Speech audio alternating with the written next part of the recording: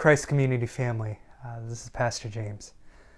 I want you to imagine with me, you're isolated, you're under quarantine, you don't have freedom, you have a shelter-in-place order.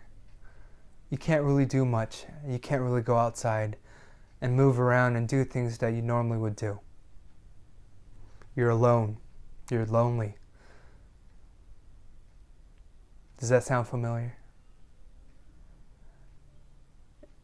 In the book of Genesis, the very famous passage on Noah and the great flood, that's a little bit of what Noah was feeling. I'm sure Noah was feeling alone. He did not even have his siblings or his friends. He only had his family. That's important. And I'm sure he felt isolated. I'm sure he felt like he was under quarantine.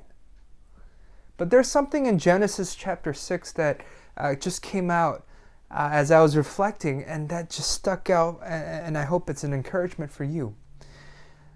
Chapter 6 verse 17 says this: I'm going to bring flood waters on the earth to destroy all life under the heavens, every creature that has the breath of life in it. Everything on earth will perish, but I will establish my covenant with you, and you will enter the ark, you and your sons and your wife and your sons' wives with you. Verse 18 says, I will establish my covenant with you. And I believe that that's what Noah held on to in his time on the ark. And that's what I believe we should hold on to as well. That we are God's covenant people. Instead of being frustrated with the situation we may be in, instead of being anxious about the situation we may be in, I think God is wanting to challenge us to remember the fact that we are God's covenant people. If Noah was able to hold on to that hope, I think we can too.